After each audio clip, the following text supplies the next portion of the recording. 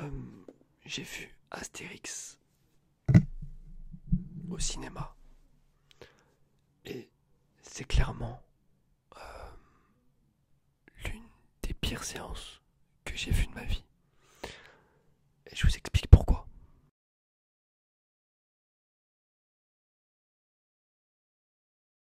J'espère que vous allez bien. J'espère que vous avez passé une très très bonne journée. Personnellement, tout s'est très très bien passé. Et aujourd'hui, on se retrouve pour une vidéo de critique de film. Et précisément d'un film, je ne sais pas s'il a été attendu, mais en tout cas un film assez iconique qui est Astérix.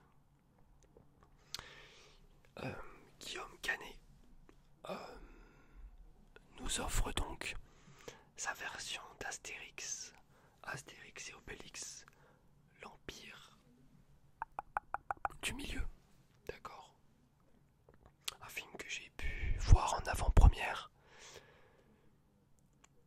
Et avant de commencer à émettre ma critique du film en question, euh, j'aimerais tout simplement vous parler un petit peu de la genèse finalement, de juste ce qui s'est passé avant euh, la sortie du film, c'est-à-dire euh, tout ce qu'on a eu avec les interviews de Guillaume Canet, donc le réalisateur,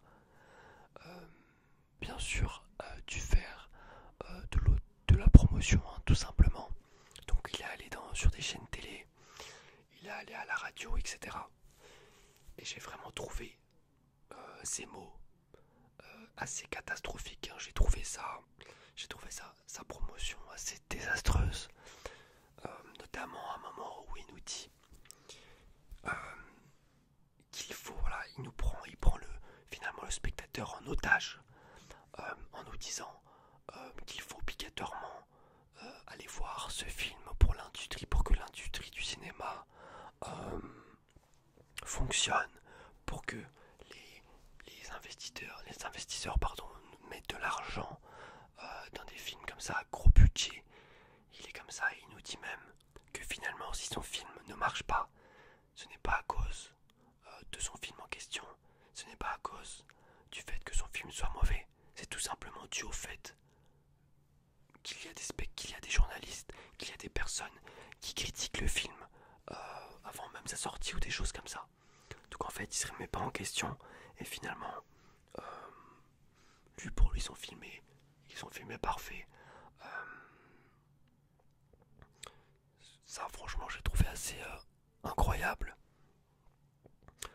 Et en fait, dès lors qu'il a pris la parole, on a vraiment senti une espèce de peur. On savait, même lui-même, au fond de lui, il savait que le film n'allait pas marcher. Je pense qu'il va pas marcher. Et lui-même, il a senti que le film était vraiment mauvais.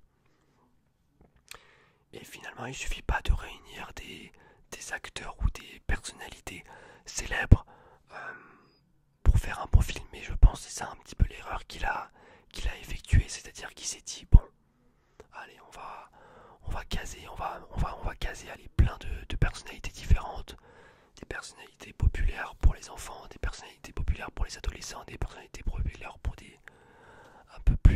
pour des gens un peu plus âgés, etc. Et après on va se démerder pour en faire un film. Sauf qu'en fait ça se passe pas du tout comme ça.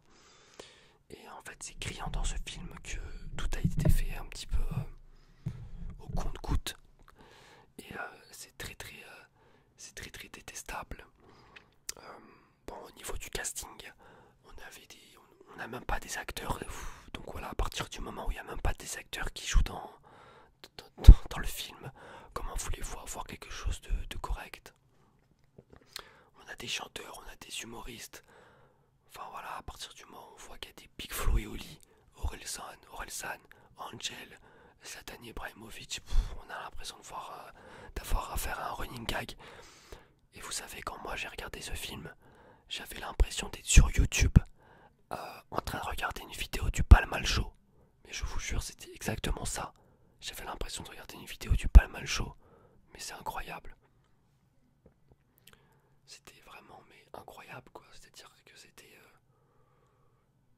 c'était un film, j'avais l'impression de voir un film mais complètement désuet quoi, complètement une caricature quoi, j'avais l'impression de voir un gag quoi, sincèrement. Voilà, j'étais en train de voir un gag tout simplement. Euh, bon, l'histoire, je vous fais le pitch rapidement, hein, c'est pas le...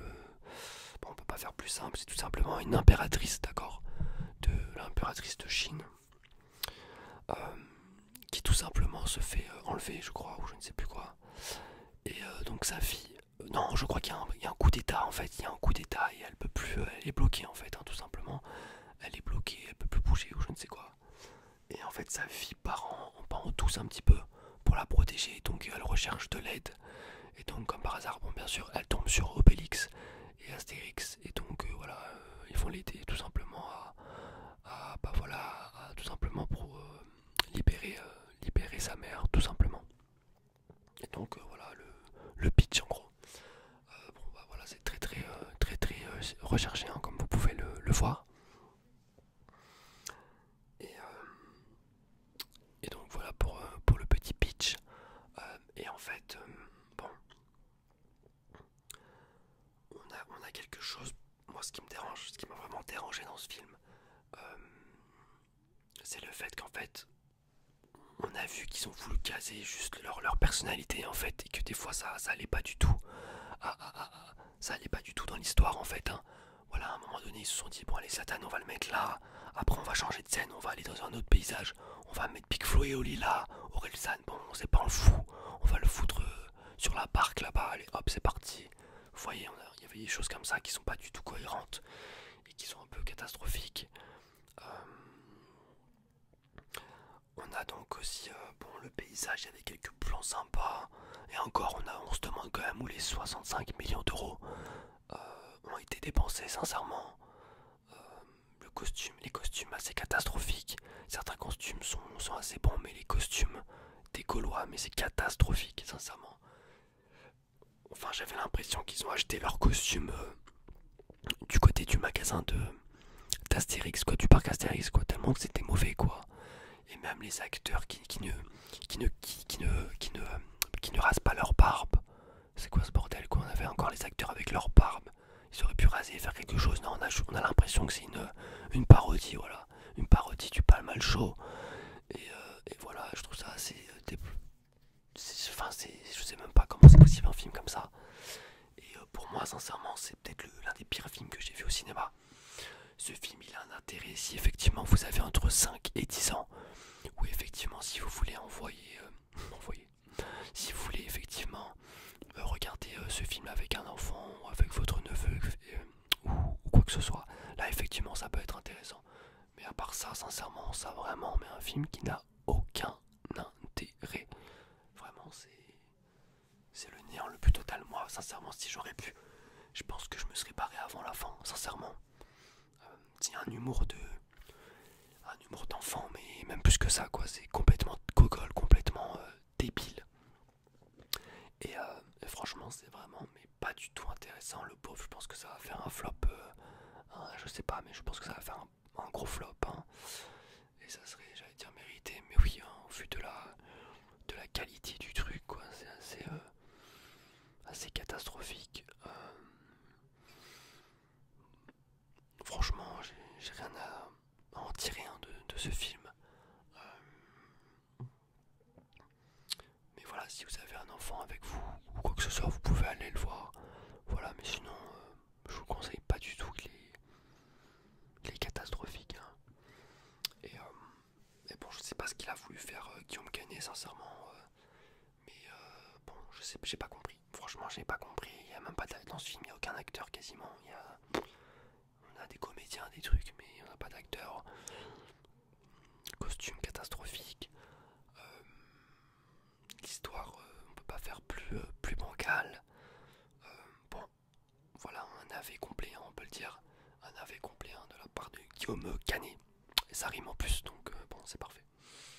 Voilà mes amis pour ma petite vidéo critique sur le film Astérix et Obélix. J'espère que ça vous a plu. Et n'hésitez pas, bon bah si demain vous allez aller le voir, bon bah n'hésitez pas à